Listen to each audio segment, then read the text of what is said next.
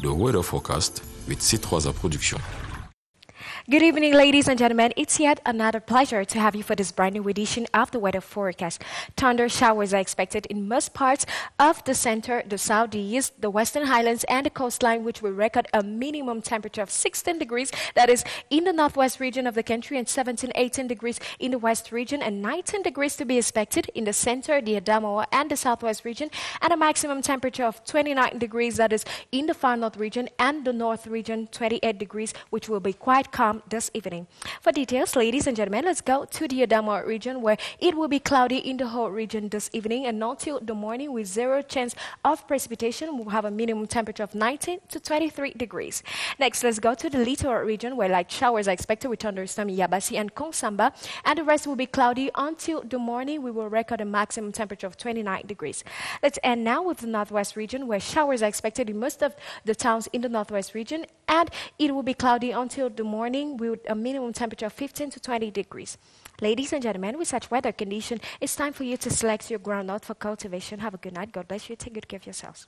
That was the weather forecast with C3 Production.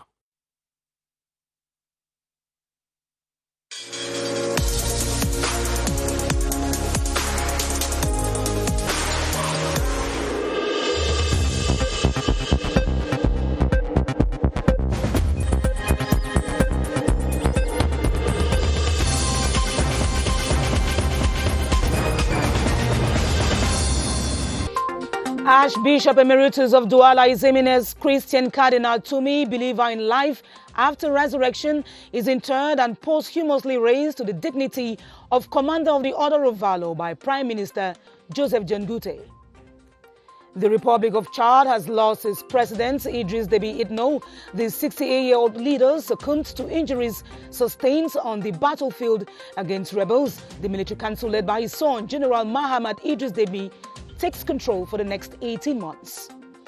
Former separatist fighters in the Disarmament, Demobilization and Reintegration Center in Boya take the peace offer and accept to make their reinsertion efficient at the training seminar organized by the National Commission.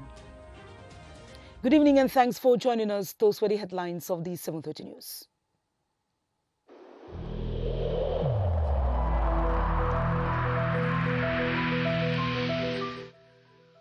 I urge you once again to put on your face masks, to wash your hands regularly, and to consult a physician or any other health personnel if you notice any symptoms. This is the only way to save lives and to curb the spread of the virus.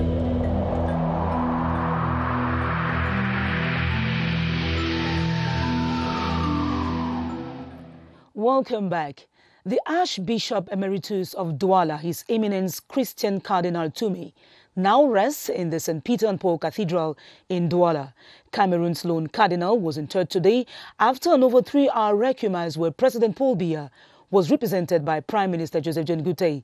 In the presence of church officials from Cameroon and abroad, he was raised posthumously to the Knight of Commander of the Order of Valor. Christian Chair Atam has the details.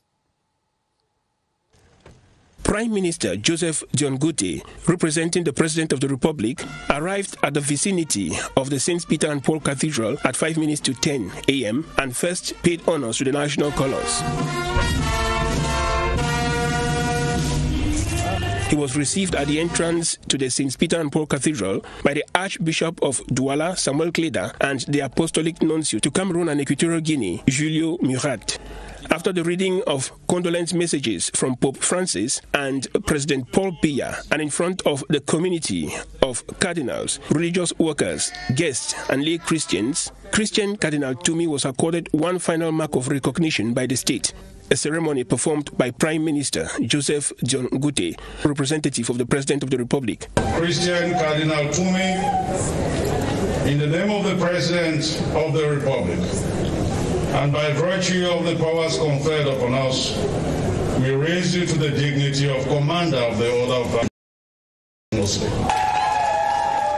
church officials from Cameroon and beyond joined the lay Christians and actors of the political and social fields to pay tribute to the man, so high up in the church hierarchy, yet described as so down to earth in everyday life. Amongst the many bouquets of flower presented during the funeral, featured one from the President of the Republic wishing a peaceful repose to the deceased Archbishop Emeritus of Douala, His Eminence Christian Cardinal TUMI. The funeral ceremony of His Eminence Christian Cardinal TUMI was an occasion for the clergy to outline the career of the Cardinal inducted in 1988. The one-time Bishop of Yagua and Archbishop Emeritus of Douala preached the respect for human dignity and justice in the world.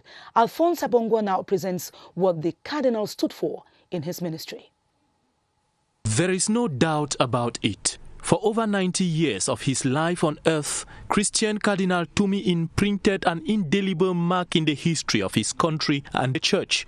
That is why the clergy pour out pockets of tribute in his honor. Cardinal TUMI was a man of great faith, and he impacted the church in Cameroon by his way of life and his strong example of faith, of prayer, of courage, and of solidarity with the rest of the bishops. He has planted some valuable seeds of faith on this Cameroonian soil, and we think that whatever happens, it will grow. It's growing on very fertile soil. For one of his spiritual sons and current Archbishop of Douala, Samuel Kleda, as well as Jean Baga, Archbishop of Yaoundé, no tribute paid His Eminence Cardinal TUMI will make meaning if the late prelate's battle against social injustices are stifled. He has consecrated his life for our well-being in Cameroon, in Africa.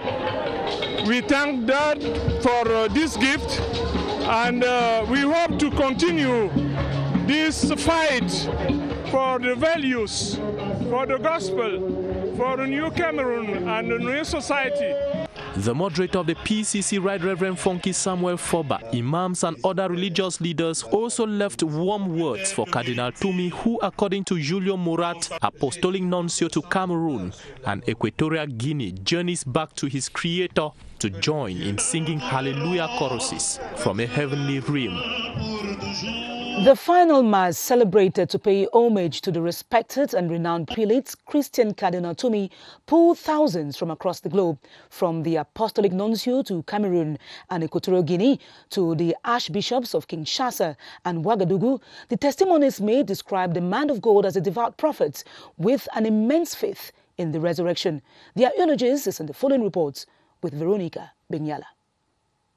It is unanimous among mourners that the departure of Christian Cardinal TUMI is a great loss to the nation. Many, like Cabral Libi, who is a political leader, consider him as a father. He has been an educator for me in the perspective of mentality and morality. And I was his vice president in Great National Dialogue. I'm considered as one of his children, and I will continue the work he has begun.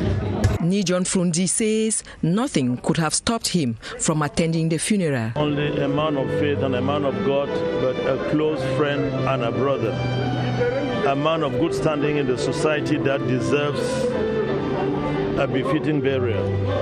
I've come to bid my own goodbye to him. Seda Barrister Nico Hale says he looked up to him for a lot of things, reason he must celebrate him. I'm part of the celebration, the feasting for the going home of a huge, illustrious,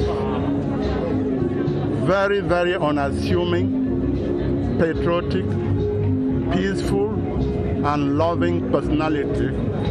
The Sultan of the Bamoun, His Majesty Mbumbunjoya, says Cardinal TUMI was a brother to him. The Sultan underlines that, apart from blood relations as a fellow Tika, Cardinal TUMI was a great man. The legacy of Christian Cardinal TUMI will last forever, and some Christians already consider him a saint. And the Cardinal definitely lives on. Onto this other obituary. The former First Lady of Cameroon, Germaine Aidjo, is no more. The wife of late President Amadou Aidjo died in Senegal today after an illness at the age of 89. Prince Will Mukwele Aduma has details of the demise of Cameroon's First Lady from 1960 to 1982. Germaine Habiba Aidjo is dead. News of the demise of Cameroon's First Lady from 1960 to 1982 is confirmed by family sources, stating that the wife of the late President Amadou Ahidjo passed away in a clinic in Senegal on the evening of April 19th.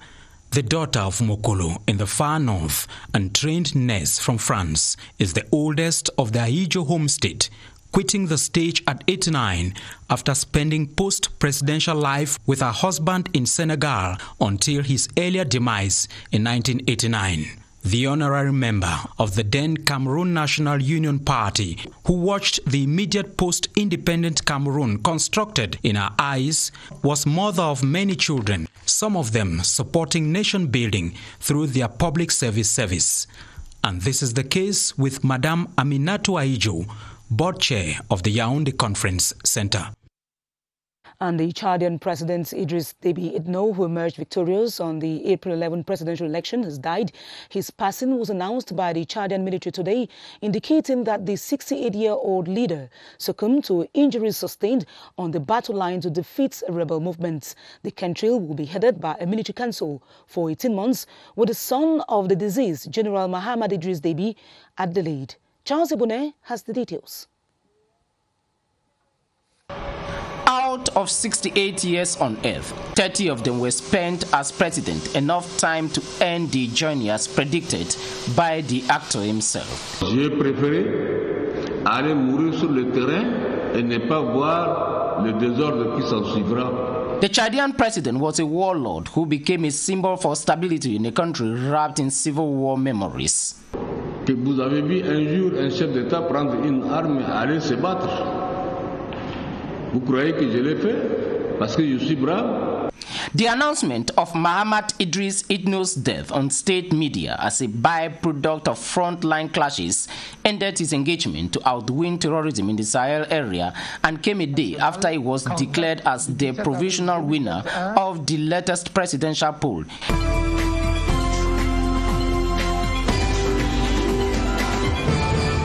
A key ally of President Paul Biya in the war against Boko Haram and the forward march for the Economic and Monetary Community of Central African States, the man will be missed by his peers for Africanism. Je voudrais tout d'abord souhaiter à tous nos hôtes une chaleureuse et fraternelle bienvenue et un agréable séjour au Tchad. The Central African country, Chad, will be governed by a 15-man transitional military government for 18 months, headed by the son of the deceased Field Marshal, Idriss Déby Itno Jr. Sudden death of the Chadian president, Idriss Déby Itno, has left the Chadian community in Yaoundé in consternation. For the majority of the over 10,000 members, he was a ruler who fought relentlessly for the unity and development of his country. The president of the community in Yaoundé, Benjamin Maji Ribado, now reacts to the unfortunate incident. We got the news from Jamina on the death of our president, but we haven't gotten any statement from our embassy here in Cameroon. As leaders of the Chadian community, we are auxiliary to the embassy, and we just have to wait for embassy officials to make an official statement. It is the role of the embassy to officially declare any news in Cameroon. However, the death of our illustrious president is very devastating to us, and every Chadian in Yaoundé is greatly disturbed by the sad news. I have received more than 100 calls today from my countrymen who are really frustrated with the news. He was a hero, ready to die for his country. I just mustered courage to talk.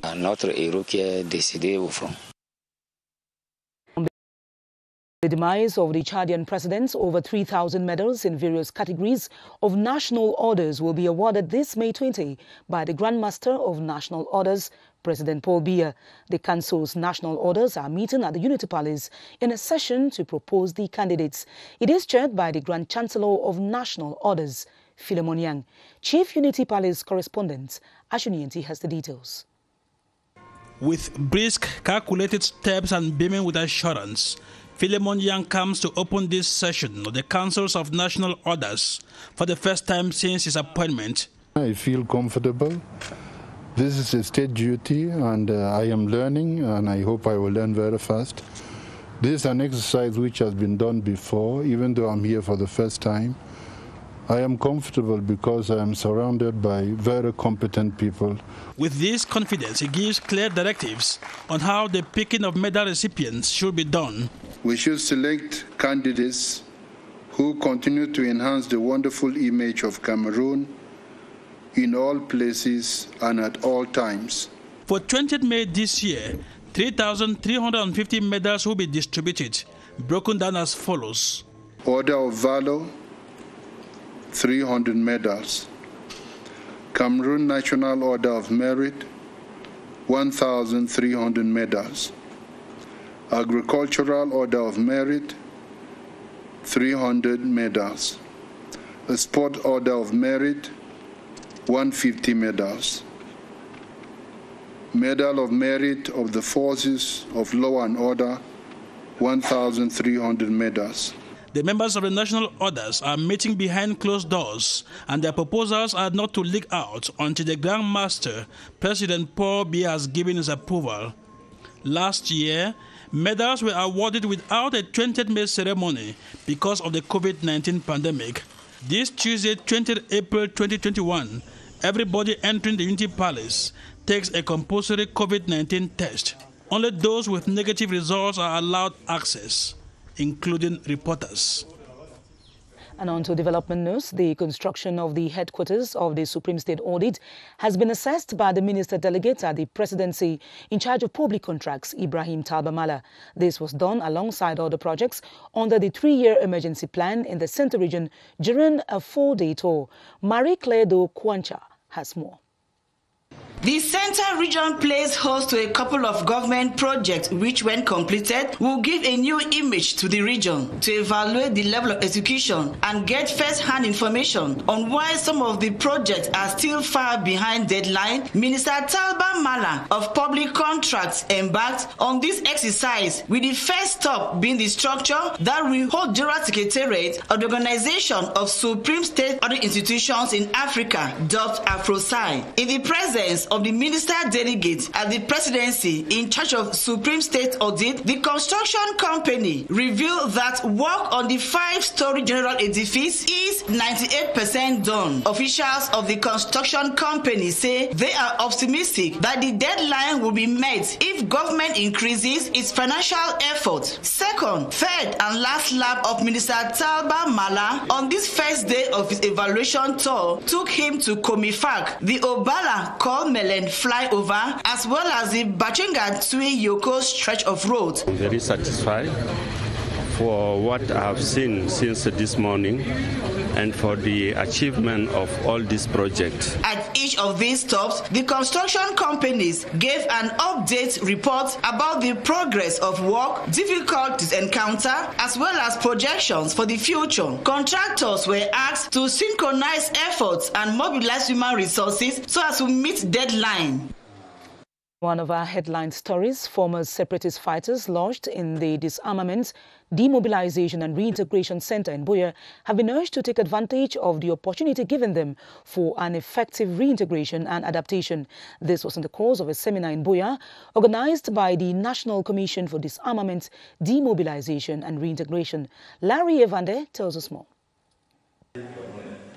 Words of conscience driven to hearts in accents loud and clear. Returnees here are reminded of the unmerited mercy and undeserving favor given them. This information sensitization offensive, launched by the National Commission for Disarmament, Demobilization and Reintegration, is hoped to bring understanding of government's actions towards the ex-associates of the non-state armed groups in the Southwest region. Southwest Governor Bernard Okalia Belai and other authorities, defense and security forces, locally elected officials all remind the ex-fighters of the nation's forgiveness extended and the outstretched arm of the head of state, an opportunity for them to nurse their civil and entrepreneurial rearmament. The DDR National Coordinator Fai Yengo Francis, Colonel Yaka Yvette, Professor Swaibu Issa, Chief Dr. Ateme Bakwan, and others like an orchestra echo the chorus of peace. With psychological, psychosocial, and psychiatric support promised the ex-fighters, their reinsertion seems to be on the way. Education students of the University of Bamenda have been exhorted to avail themselves of the online learning management system set up to meet the challenges imposed by the coronavirus pandemic. The call was made by the Vice-Chancellor of the University, Professor Theresianko Akenji, at a forum to enhance the skills of the staff charged with the e-learning program. Eric Langua Mufo tells us more. They are learning how to effectively use the university's online platforms. The administration says all the lecturers of the university must be on the same platform in a challenging health context. When we master the LMS, it's going to assist us a lot in respecting all the barrier measures against COVID in terms of social distancing, in terms of giving the students the best. And of course, we do realize that most of our colleagues are not familiar with those laws and those decrees, and so this time around we're going to bring everybody on board. The university's administration also affirms that the 2D event is crucial for the success and growth of the higher institution with 12 schools and faculties. A similar event was organized earlier for its students. The 7th pilot phase of the Smallholders Agricultural Productivity Enhancement Program in Sub-Saharan Africa for Cameroon has taken place today in Yaoundé. It was chaired by the Minister of Agriculture and Rural Development, Gabriel Mbairobe, who outlined that the program seeks to improve soil health and fertility for more outputs in the sector. Details with Joyce Tata. The Smallholders Agricultural Productivity Enhancement Program, dubbed SAPEM, comes to put an end to some challenges facing the agricultural sector in Cameroon, like soil infertility. The project aims at improving general consent to agricultural productivity, including low soil fertility, low accessibility to improved seed, low financing. With the aid of the Islamic Development Bank, over 80,000 families of agricultural smallholder entrepreneurs will see their output shoot up. I want all the members of the steering committee to be positive, to sort out problems that can help to continue the project so that it helps smallholder producers. The Minister of Agriculture and Rural Development, Gabriel Mbairobe, has called on stakeholders to ensure the smooth execution of the 5-year term project, which will boost family agriculture, initially subsistence, into second-generation agriculture. And over in the North region, tons of improved seedlings have been offered to close to 2,000 farmers in Bibemi subdivision in the Benue. The benefactor is the Agricultural Institute for Research and Development, IRAD, whose general manager, Noe Woin, emphasized that the move is to improve the cultivation of cereals and cashew nuts. Luisa Akwanka Achato has the details.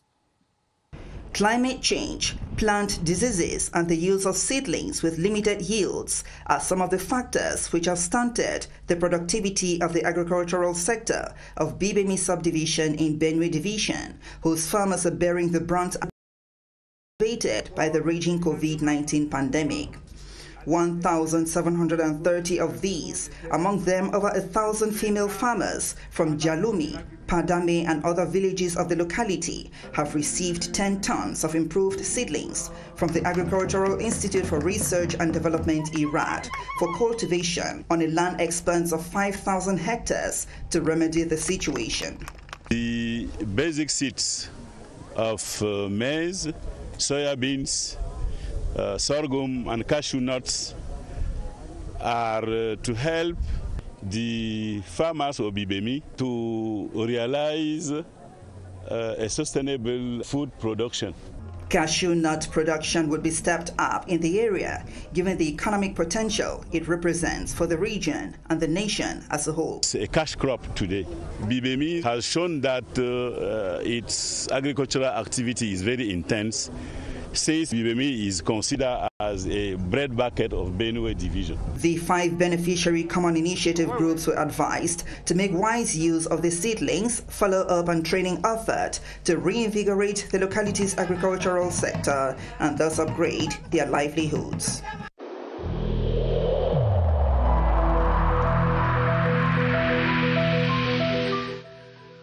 Malgré nos efforts, Despite our efforts, COVID-19 plunged many families into mourning and seriously hampered the functioning of our economy and society.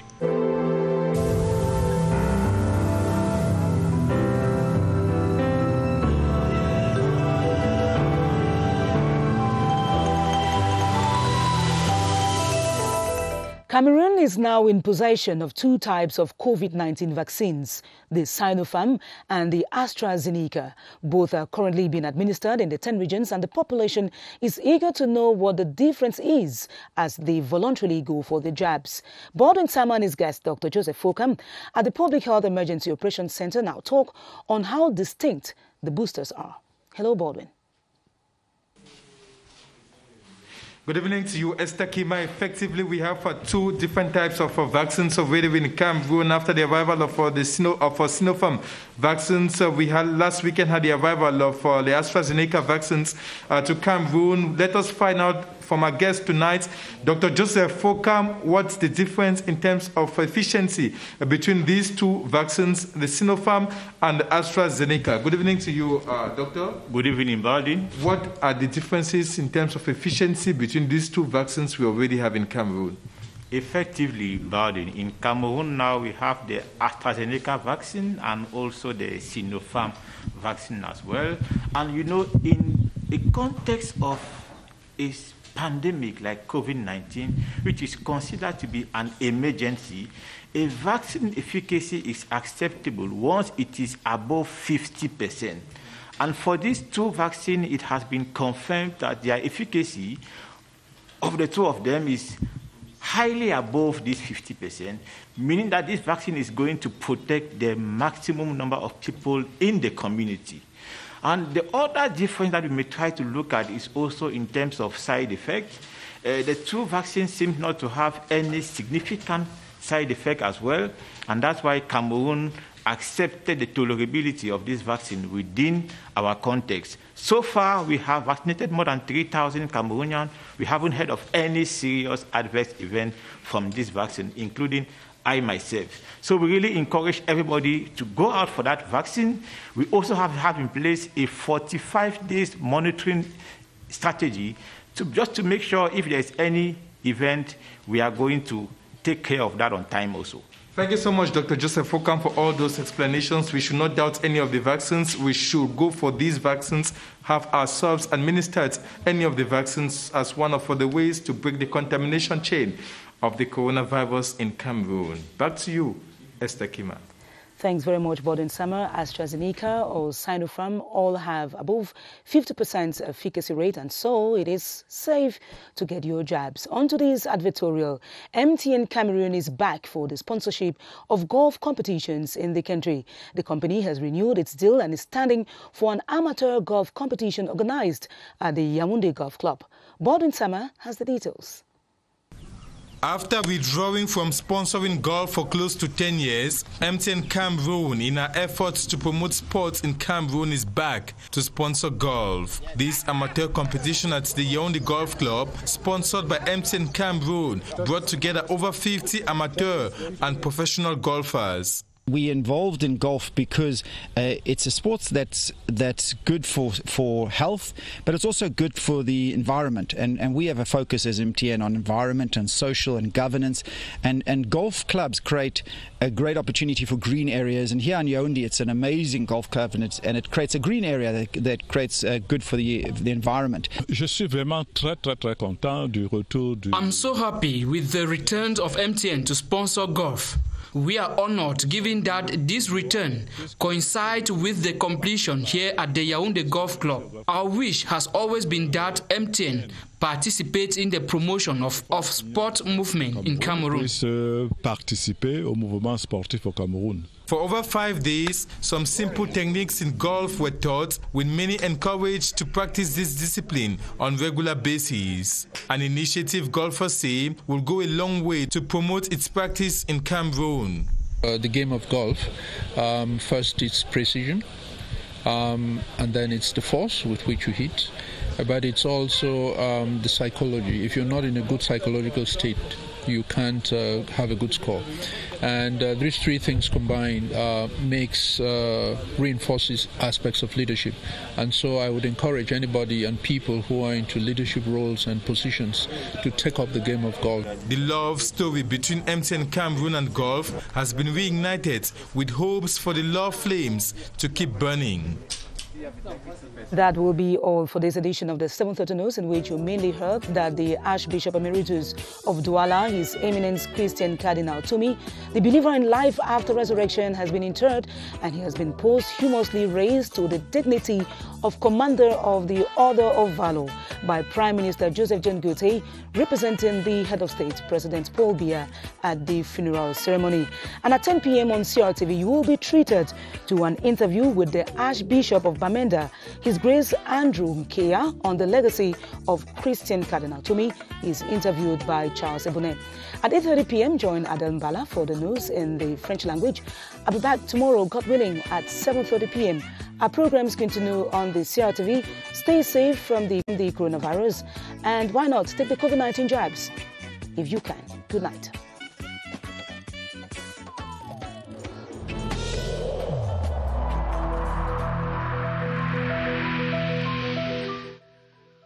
I urge you once again to put on your face masks, to wash your hands regularly, and to consult a physician or any other health personnel if you notice any symptoms. This is the only way to save lives and to curb the spread of the virus.